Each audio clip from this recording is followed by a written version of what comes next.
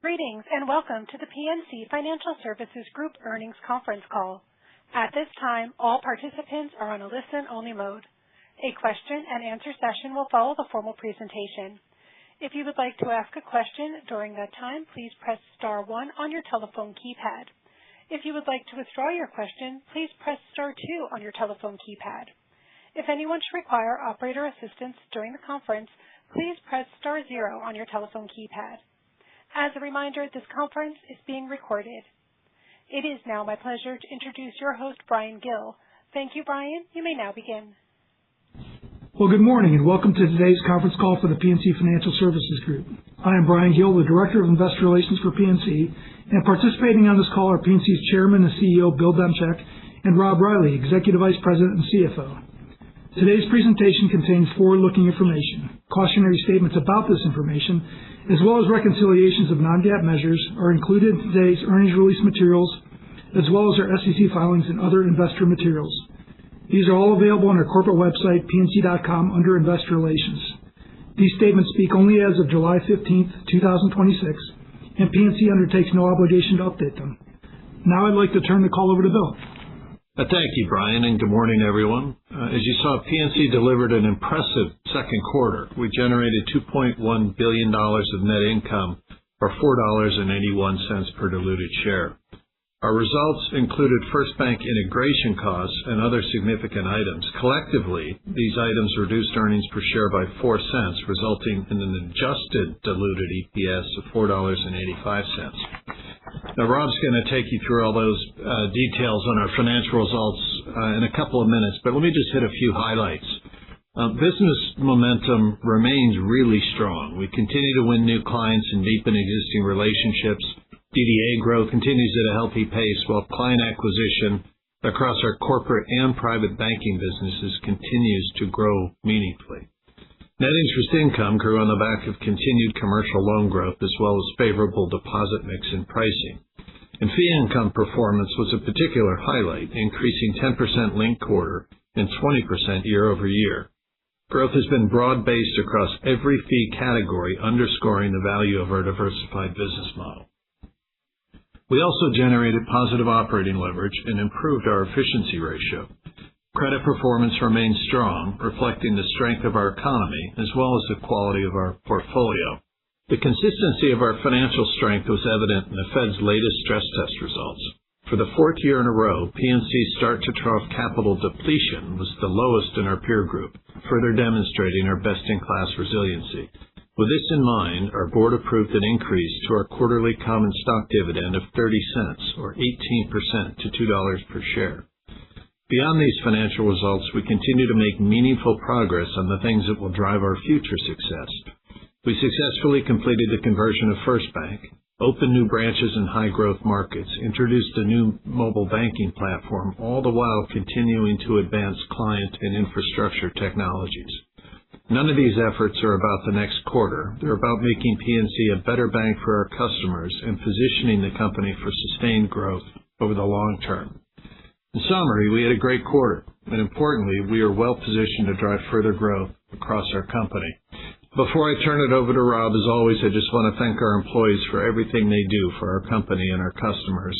And with that, Rob will take you through the quarter. Rob? Thanks, Bill, and good morning, everyone. Our balance sheet is on slide 4 and is presented on an average basis. For the linked quarter, loans of $363 billion grew $12 billion, or 4%. Securities balances increased 2% to $147 billion during the quarter, and the portfolio yield improved 9 basis points to 3.45%.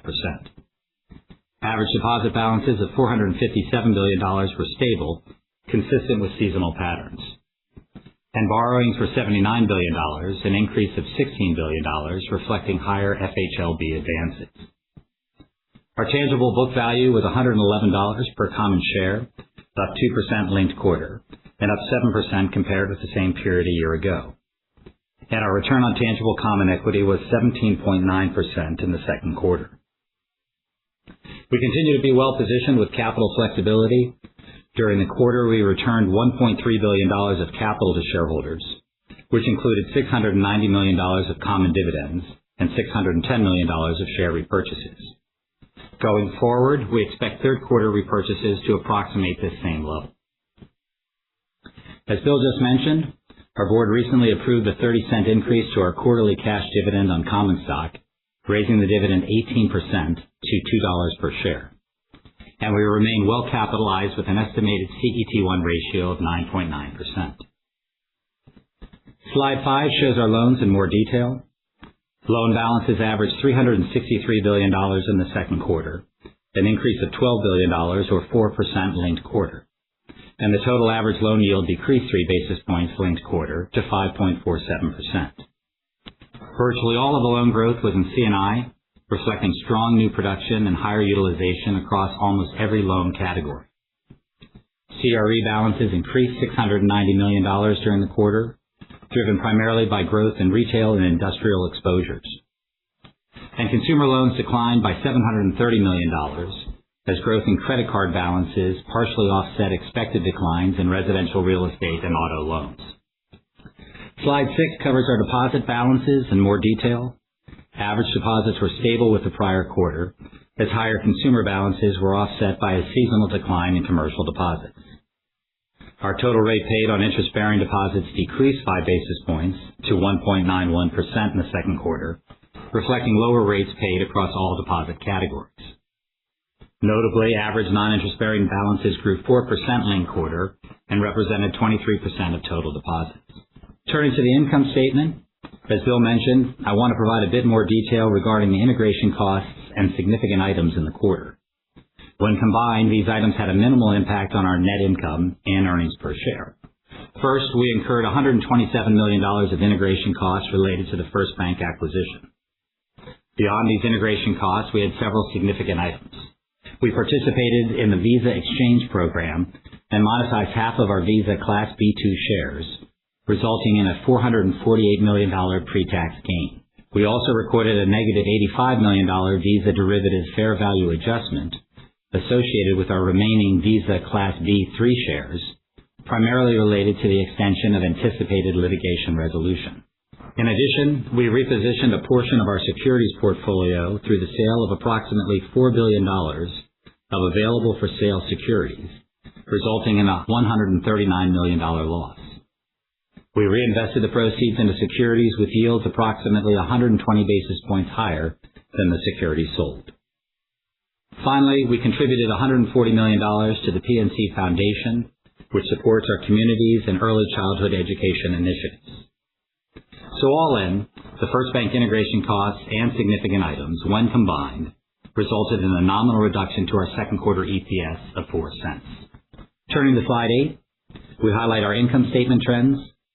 Comparing the second quarter to the first quarter of 2026, total revenue was $6.9 billion and grew $710 million or 12%, and included both integration costs and significant items totaling $218 million. Non-interest expense of $4.1 billion increased $330 million or 9%, and included a $140 million PNC Foundation contribution, as well as $121 million of integration expense. We generated 3% positive operating leverage, and PPNR grew 16%. Provision was $191 million. Our effective tax rate was 21%. As a result, our second quarter net income was $2.1 billion, or $4.81 per common share, and $4.85 as adjusted. Comparing the second quarter of 2026 to the same time last year, net income grew by $412 million, resulting in EPS growth of 25%. Turning to slide 9, we detail our revenue trends. While the quarter included integration costs and significant items within the other non-interest income, our revenue growth was driven primarily by the underlying strength of our franchise. We generated 4% growth in net interest income and 10% growth in fee revenue. Net interest income of $4.1 billion increased $146 million and included the benefit of commercial loan growth and higher non-interest-bearing deposit balances. Our net interest margin was 2.96%, an increase of 1 basis point. Fee income was $2.3 billion and increased $200 million, or 10%. Looking at the details, asset management and brokerage increased $20 million, or 5%, driven by increased client activity and higher average equity markets. Capital markets and advisory revenue increased $114 million, or 25%, reflecting record M&A advisory fees and strong activity across our other capital markets businesses. Card and cash management increased $34 million, or 5%, driven by seasonally higher consumer transaction levels and growth in treasury management product revenue. Lending and deposit services increased by $6 million, or 2%, primarily due to increased customer activity. Mortgage revenue increased $26 million, or 22%, largely attributable to negative residential mortgage servicing rights valuations recognized in the first quarter. And other non-interest income of $489 million increased $364 million, which included the $218 million of integration costs and significant items, as well as positive private equity valuation adjustments. Compared with the second quarter of 2025, and excluding integration costs and significant items, total non-interest income increased $444 million, or 21%. Importantly, this performance was driven by strong organic growth, with broad-based increases across our businesses. Turning to slide 10, second quarter expenses increased $330 million, or 9% linked quarter. Expenses in the second quarter included integration expense and significant items totaling $261 million, while the first quarter of 2026 included $97 million of integration expense. Excluding the impact of integration costs and significant items, non-interest expense increased $166 million, or 5% linked quarter. The growth reflected increased business activity, higher marketing spend, as well as continued investments. We remain focused on expense management, and we're on track to reach our goal to reduce costs by $350 million in 2026 through our continuous improvement program, which, as a reminder, is independent of the First Bank acquisition. And this program will continue to fund a significant portion of our ongoing business and technology investments. Our credit metrics are presented on slide 11. Overall credit quality remains strong, with improvements in NPLs, delinquencies, and net loan charge-offs. Non-performing loans of $2 billion decreased $216 million, or 10%, and represented 0.55% of total loans, down from 0.62% last quarter. Total delinquencies declined $122 million to $1.4 billion and now represent 0.39% of total loans. Total net loan charge-offs were $226 million, and our NCO ratio was 25 basis points. At the end of the second quarter, our allowance for credit losses totaled $5.5 billion, or 1.48% of total loans. To summarize, PNC reported a strong second quarter of 2026, and we're well positioned for the second half of the year. Regarding our view of the overall economy, our base case assumes GDP growth to be approximately 2.1% in 2026, with the unemployment rate holding steady and ending the year at approximately 4.3%. We expect the Federal Reserve to keep rates stable throughout 2026. For ease of comparability with our prior guidance, our full-year outlook excludes the impact of First Bank integration charges and significant items. Considering our reported first half operating results, third quarter expectations, and current economic forecast, our outlook for the full year 2026 compared to 2025 results is as follows. We expect full year average loan growth of approximately 12.5%. We expect full year net interest income to be up 15 to 15.5%. We expect non-interest income to be up approximately 9%. Taking the component pieces of revenue together, we expect total revenue to be up approximately 13%. Non-interest expense to be up approximately 8.5%, and we expect our effective tax rate to be approximately 19.5%. Our outlook for the third quarter of 2026 compared to the second quarter of 2026 is as follows. We expect average loans to be up 1 to 2%, net interest income to be up between 3 and 3.5%, fee income to be down 5 to 5.5%, other non-interest income to be in the range of $150 to $200 million. We expect adjusted non-interest expense to decline 2 to 3%, and in the third quarter we anticipate approximately $50 million of integration expenses. And we expect third quarter net charge-offs to be approximately $225 million. And with that, Bill and I are ready to take your questions. Thank you. We will now be conducting a question and answer session. As a reminder, if you would like to ask a question, please press star 1 on your telephone keypad. A confirmation tone will indicate your line is in the question queue. You may press star 2 if you would like to remove your question from the queue. For participants using speaker equipment, it may be necessary to pick up your handset before pressing the star keys. One moment, please, while we poll for questions. Our first question today is coming from John McDonald of Truist Securities. Please go ahead. Thanks. Good morning. Rob, wanted to ask, you had some very strong loan growth through the quarter. Could you speak a little bit to the cadence of the loan and deposit growth as the quarter progressed? There seems a little bit different dynamics between the period end and average, and maybe just broadly to how you plan on funding the strong loan growth throughout the year. Yeah, sure. So, good morning, John. Loan growth in the first half and in the second quarter continued to be, pretty strong, which is a good thing. When we take a look at the second half, we still see loan growth, but not at the same rates. We are pointing to, effectively sort of GDP growth in our guidance going through the balance of the year. So more loan growth, but not to the same extent. And in terms of funding, as we look forward, we do expect deposits to grow through the second half of the year. So that'll be a key component to the funding as it replaces some wholesale debt that we picked up in the second quarter. Okay, got it. And was that just about the funding that you picked up on the FHLB side this quarter? Was that just some temporary dynamics, and you expect that you also had good NIB growth this quarter? Maybe you just comment on that and the outlook there. So non-interest-bearing, your second question first. Non-interest-bearing deposits were higher than we expected. Virtually all of that was on the commercial side, related to our treasury management business and some, escrow monies that come through. So that's a good thing. And I would expect that to continue, not at the same rate. So we're at 23% of our total deposits, and we have that pretty steady through the balance of the year. I think the funding, John, you should just assume we sort of optimize against every lever, whether it's wholesale funding or what we're doing on deposits. The drops this quarter in corporate deposits are pretty easy to turn back on. There's a bit of a seasonal effect, but there's also a rate effect. You saw we grew deposits in retail, which is the most important thing.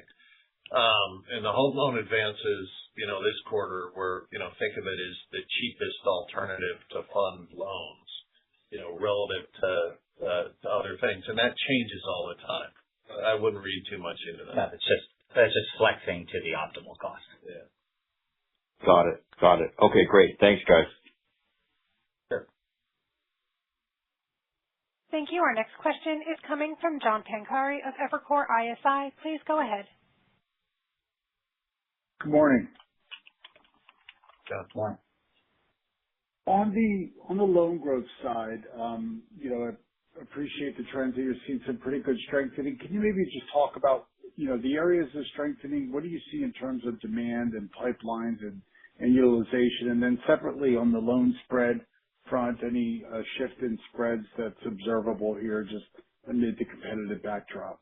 Thanks. Yeah. So inside that, I would say, the loan growth has been strong. Again, we expect loan growth to continue, not at the same rate, and that's just a function of maybe some pull forward in terms of borrowings or some pent-up borrowing demand. And we'll see. As far as the mix, we don't see a lot of spread compression from a competitive standpoint, but we do have some spread compression in the continuation of what we saw in the first quarter, which is most of the lending that we're doing is to the high credit quality, lower spread entities. Those are who are borrowing now. It's good business. It's sufficient return, particularly given that those loans often come with treasury management and or capital markets. So there's a little bit of dilution to the portfolio spreads, but that's more mixed than competitive pressures. The other thing, we continue to have the new markets outpace the legacy markets just in terms of growth as we grow share there. And for the first time, I'm sure this isn't true, but for the first time I can remember, we had strong growth across kind of every category inside of the C&I franchise and utilization increases. So it was broad-based. Yeah, it's broad-based. We're gaining share, kind of all on the back of what feels like a pretty strong economy. Okay, thank you. That's helpful. And then, I know you don't really guide on more specifically around the margin, but just trying to get an idea, just given some of the pricing dynamics that you're seeing in the backdrop and in the environment, just wanted to get an idea of how you're thinking about this margin could traject through the back half of the year that's kind of baked into your guidance here. I know you saw a modest expansion in the quarter by about a bit. Just how are you thinking about how that could play out as you look through the back half? Yeah, so let me address that, John, because there's a lot of focus on NIM. So we have said that we expect to go above 3% by the end of the year, and we still are standing next to that. So that's that. The second piece is if you chunk down the NIM components, and it sort of gets to your earlier question, the components of our second quarter NIM. What helped our second quarter NIM, which went up a net 1 basis point, was obviously the decline in the rate paid on the interest bearing, as well as the increased non-interest bearing deposits. So that helped NIM. What constrained NIM was the point that I was making earlier is these commercial loans that are coming in at a pretty good rate, and the majority of those being the higher credit quality, lower spread. That constrains NIM. So when you think about it and you look at it, those loans carry the fees along with them. So from an EPS perspective, those loans are hugely accretive. On a standalone basis, they're dilutive to NIM. So, if we didn't have those loans, just for illustration purposes, if we didn't have that loan growth in the second quarter, our NIM would have easily popped above 3%. So, we're given a choice between lower NIM, higher EPS, or higher NIM and lower EPS. We'll take EPS every time. But having said that, we're on record for 3%. Yeah, the back half of the year. And much of that driven, through the continual repricing of fixed rate assets. Well, that's the longer term issue. So the longer term issue is the steepness of the yield curve. We still have a lot of fixed rate assets to reprice, so that'll determine that. But I just mentioned that for illustration purposes because I think a lot of the focus on NIM is on the funding side and the issues there, but there's also the loan dynamic. Right. Got it. Thanks for that detail. I appreciate it. Thank you. Our next question is coming from Ebrahim Poonawala of Bank of America. Please go ahead. Hey, good morning. I guess maybe Bill, Rob, sticking with loan growth. So you mentioned the high credit quality, low spread lending, which is good to hear from a credit quality standpoint. Is this different from history in terms of this kind of loan growth, or this is kind of what you would expect in a good C&I environment where market spreads are tight? So one, is there something different about the quality or the type of borrower or the type of borrowing that's happening? And then I will follow up to that, but maybe if you could start there. Thanks.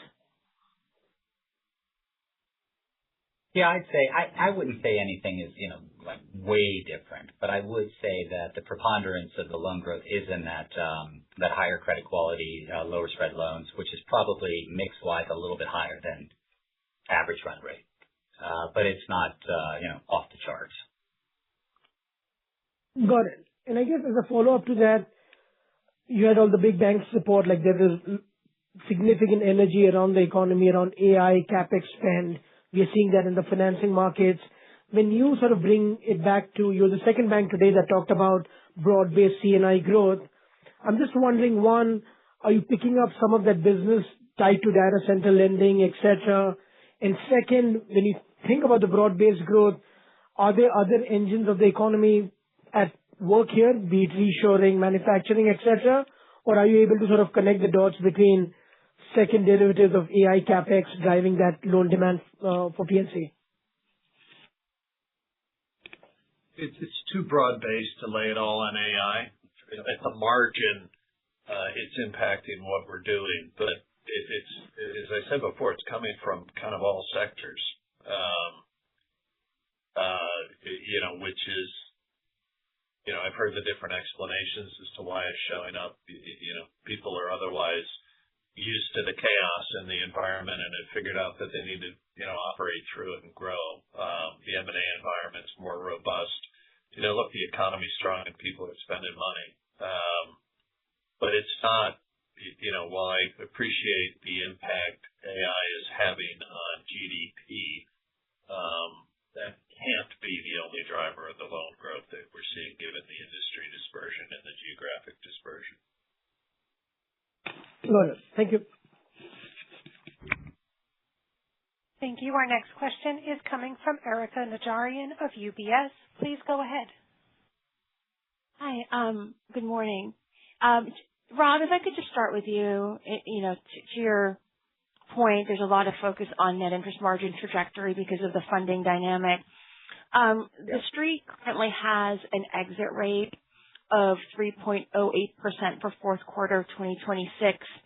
As we think about where the loan growth is coming from, is that too fast of a ramp relative to the other opportunities in terms of fixed asset repricing and obviously maybe optimizing some of the wholesale, funding that you put on this quarter to core funding? Yeah. So again, we don't give NIM guidance, nor do we manage to it. That said, I always give NIM guidance. So it's, we're above 3, Erica. The precise level at the exit run rate. Why do you care? Is difficult. It's at the end of the day, we'll stick to our guide and we'll get there. But if we grow EPS and NII, at 2% higher and have a lower NIM, or which to Rob's earlier point, why do you focus on it?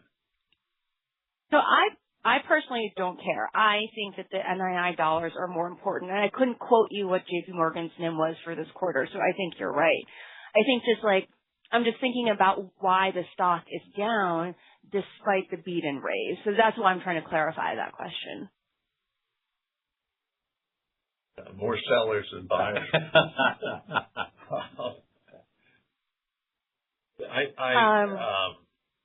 Look, maybe the simplest thing to say across the space is we have healthy asset growth through loan growth, which is coming from client acquisition and economic activity.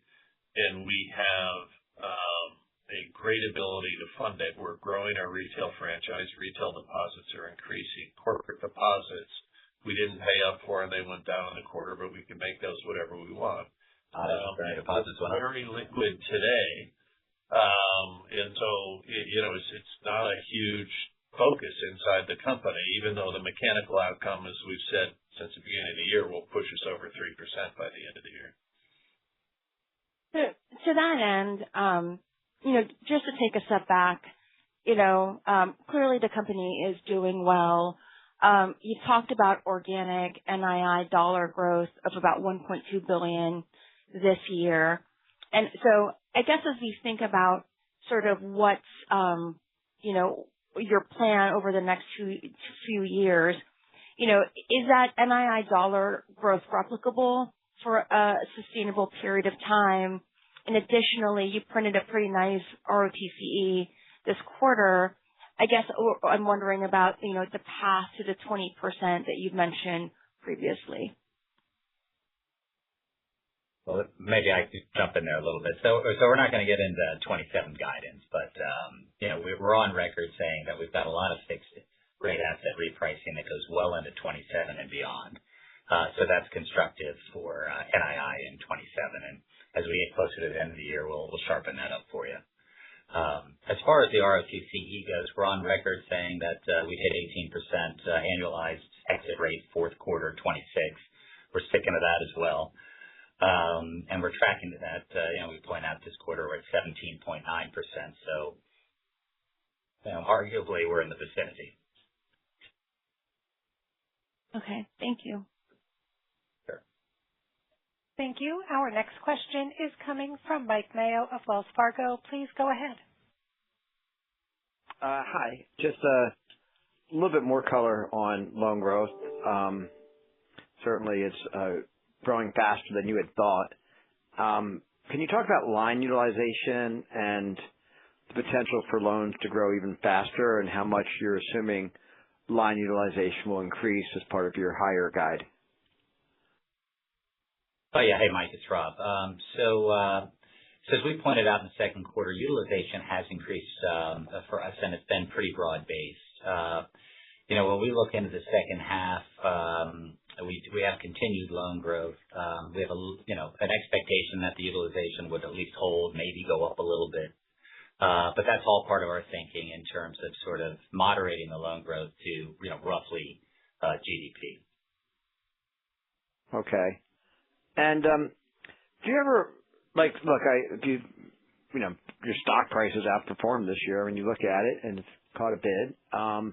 But do you ever wonder about this party that's taken place elsewhere as it relates to AI and this CapEx AI super cycle and all the mega IPOs and mega financings and mega mergers that you're not part of? And it's like, wow, we're not part of that, but we have our own area.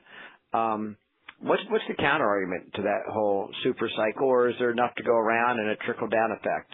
Bill, if you have thoughts on that, because you've been on both sides of that kind of Wall Street, mega cycle.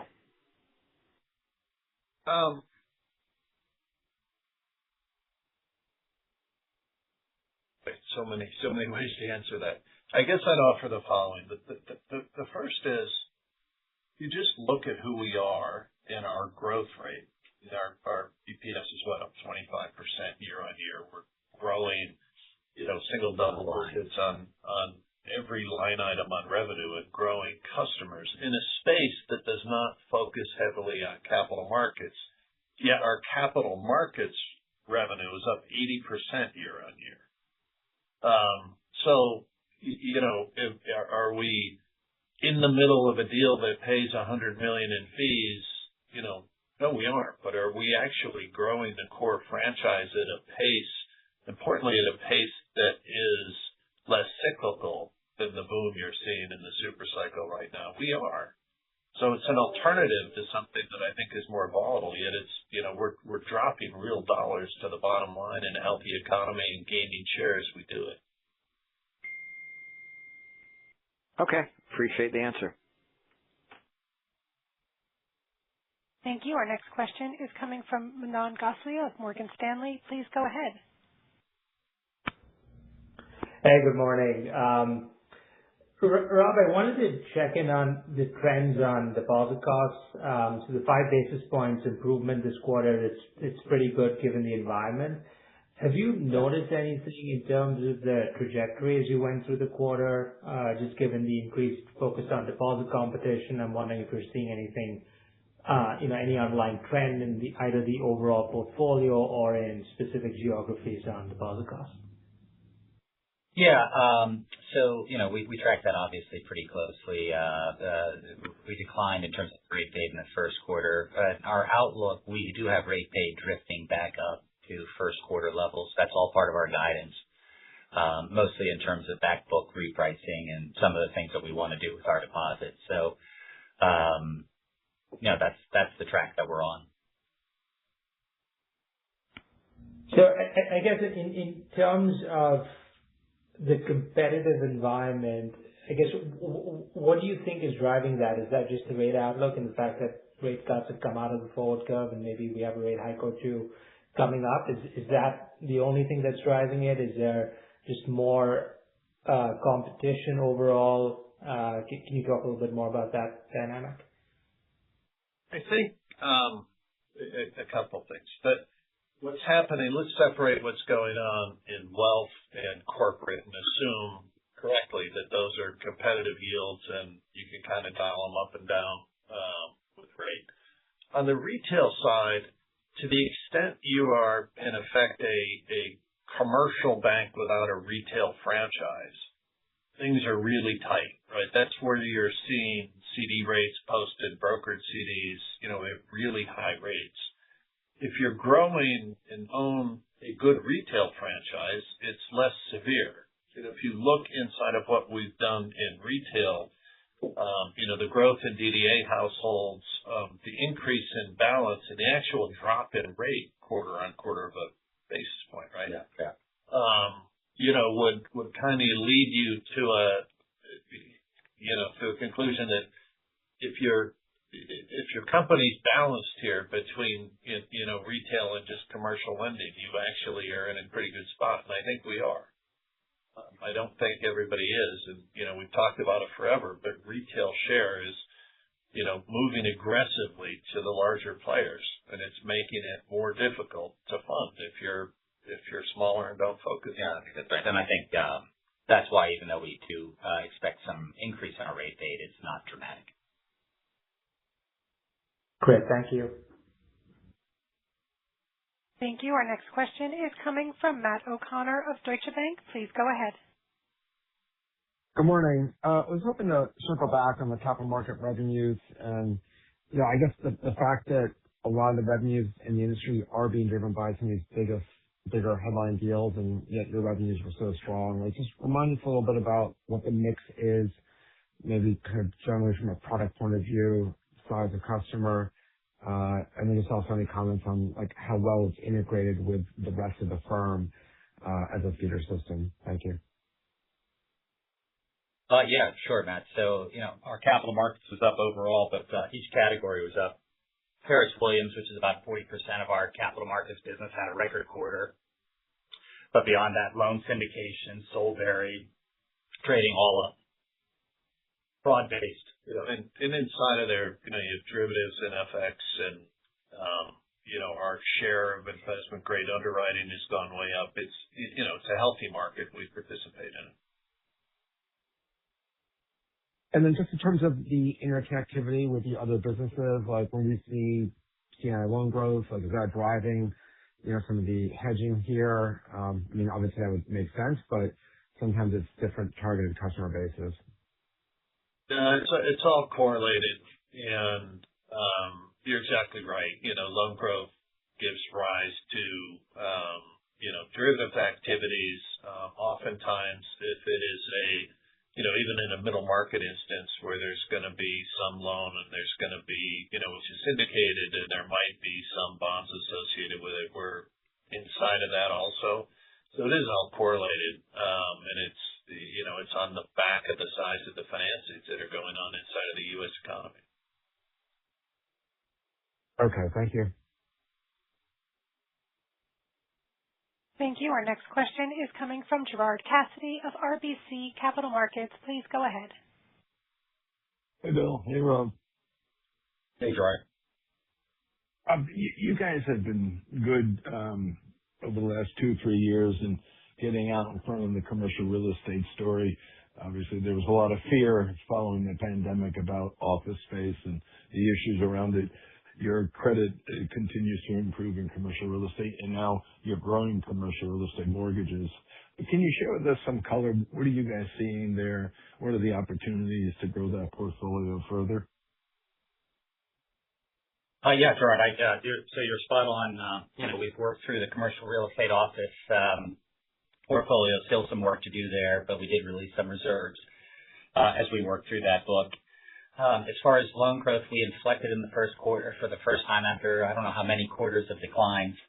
And we see that continuing. In fact, the pipelines are forming in commercial real estate in a very constructive way across all the categories. So multifamily, industrial, and retail pipelines are all up. So we would expect commercial real estate to be a bigger component of our loan growth going forward. Very good. Is there any data center construction loans? Just out of curiosity. I assume not, or not many. Nothing major. Yeah. Well, you may know it's of any data centers. We're involved in the space. We've been involved in project construction loans forever inside of the real estate space. So tangentially, but not with big risk and not big size. Yeah. Okay, good. And then as a follow-up, can you share with us, obviously, First Bank is closed, it's integrated. What were some of the positive surprises you guys discovered in that process? And then what were some of the issues that maybe required extra effort that you may not have had anticipated? I don't know if they're surprises or not, but perhaps the biggest thing that we proved to ourselves was that we could do an acquisition of that size without slowing down at all the rest of the company in terms of technology deployment or product rollout. So you'll notice in the middle of this whole thing, we put out a new mobile banking platform, right? So normally you do a deal, you get a free stuff. We didn't have to free stuff. Second thing was the data factory that we built, patented, in its first form with BBVA, worked even better inside of this integration. Third thing, I think we're the first bank,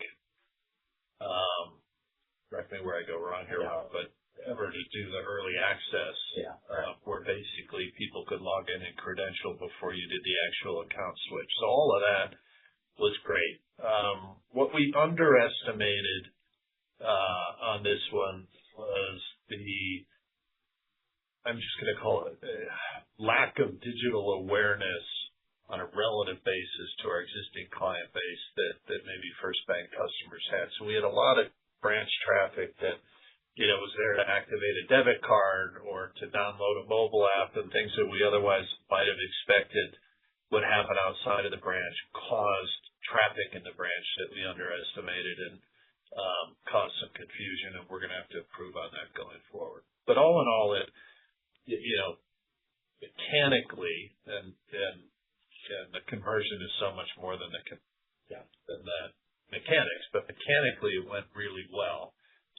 Super proud of the team of people that got this done, both on the PNC side and importantly on the First Bank side. Super proud and thankful for the employees inside the First Bank branches that went through, a couple of days of real heavy volume.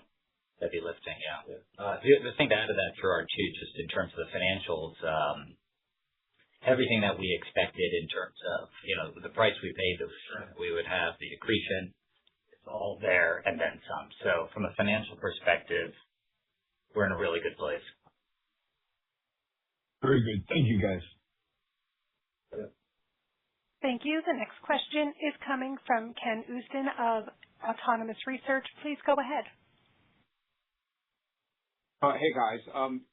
Rob, I know you touched on the capital market strength before, and we see obviously the fee guide that you gave that would assume that that's probably coming off a little bit. Bill, you mentioned the super cycle, though, and I'm just wondering, Rob, if you could kind of walk us through just your expectations for the fee areas that you usually give us, which is a good run through, and then, just how strong do you think this capital market flow through, could be, and did you see any pull forward into this really strong second quarter result from a closings perspective? Thanks.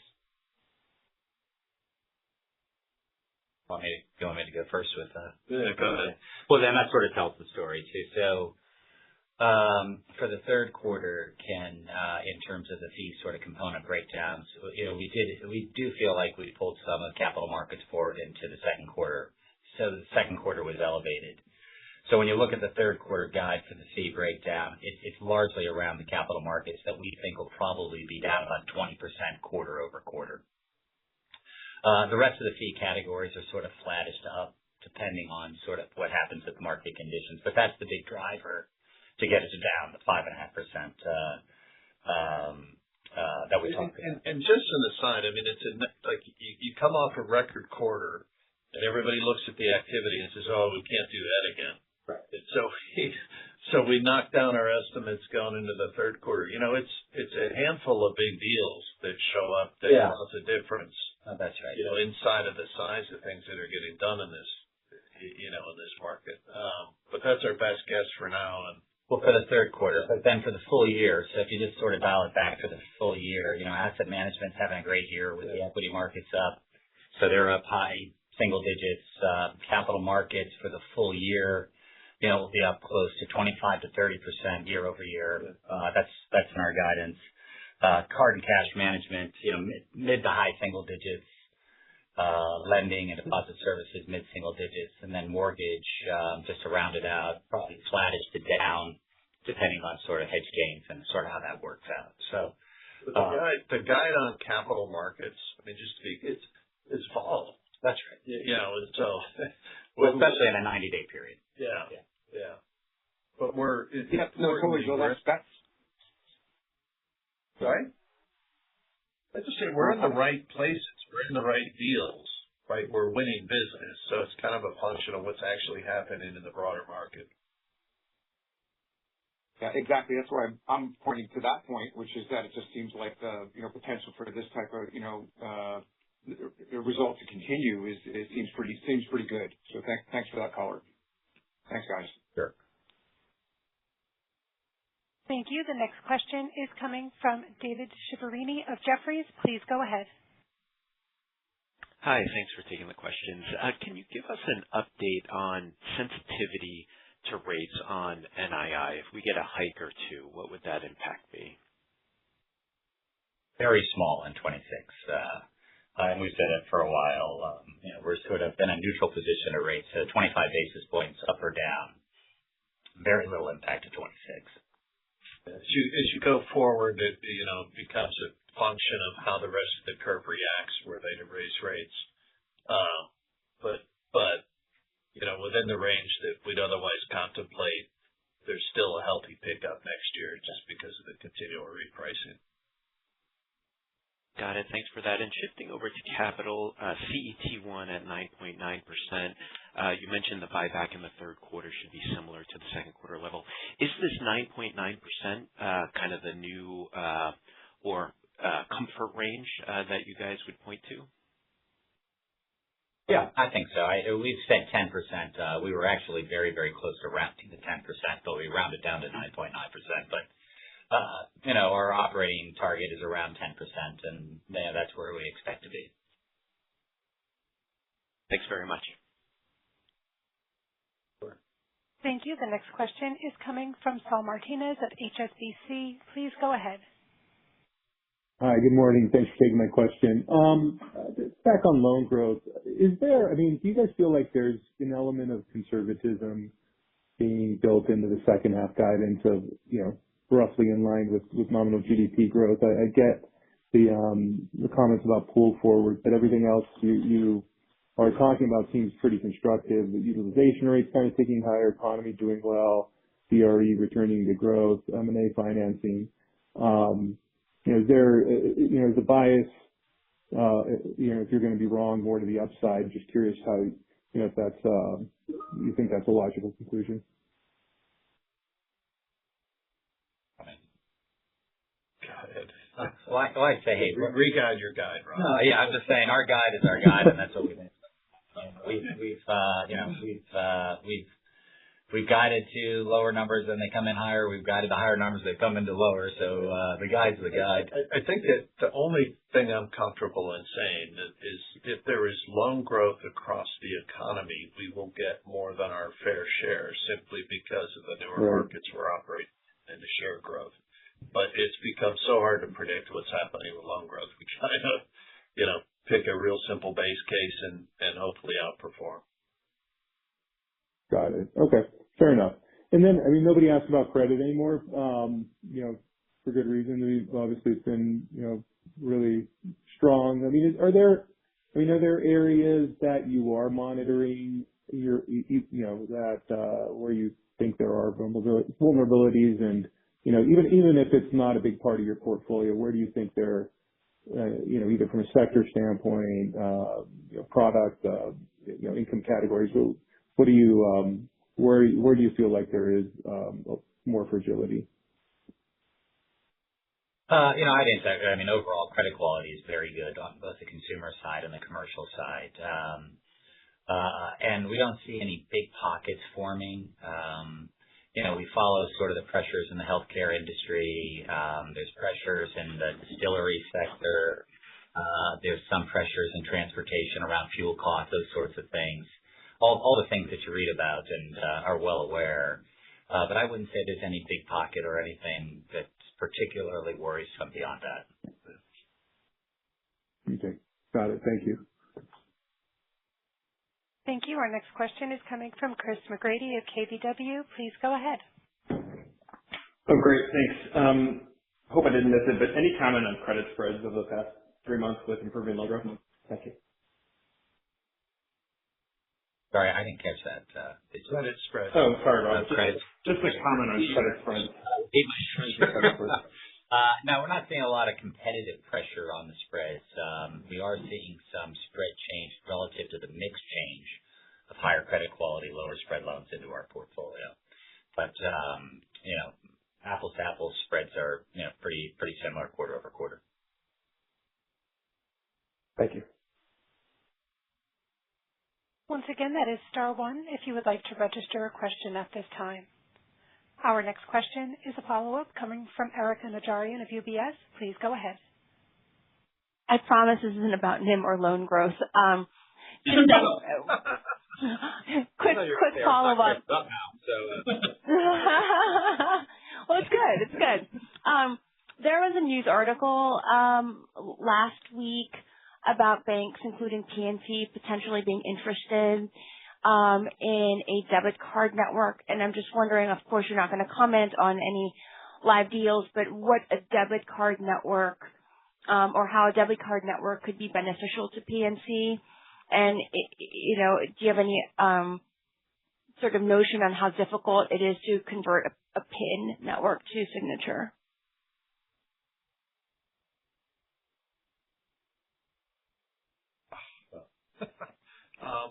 We aren't going to comment on this particular deal. I think it's a safe assumption, hypothetically, that the work set associated with a conversion like that would be pretty material. Leave it at that. Got it. Thank you.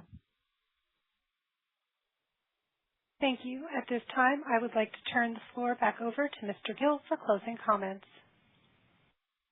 Okay, well, thank you all for joining our call this morning, and please feel free to reach out to the IR team if you have any further questions.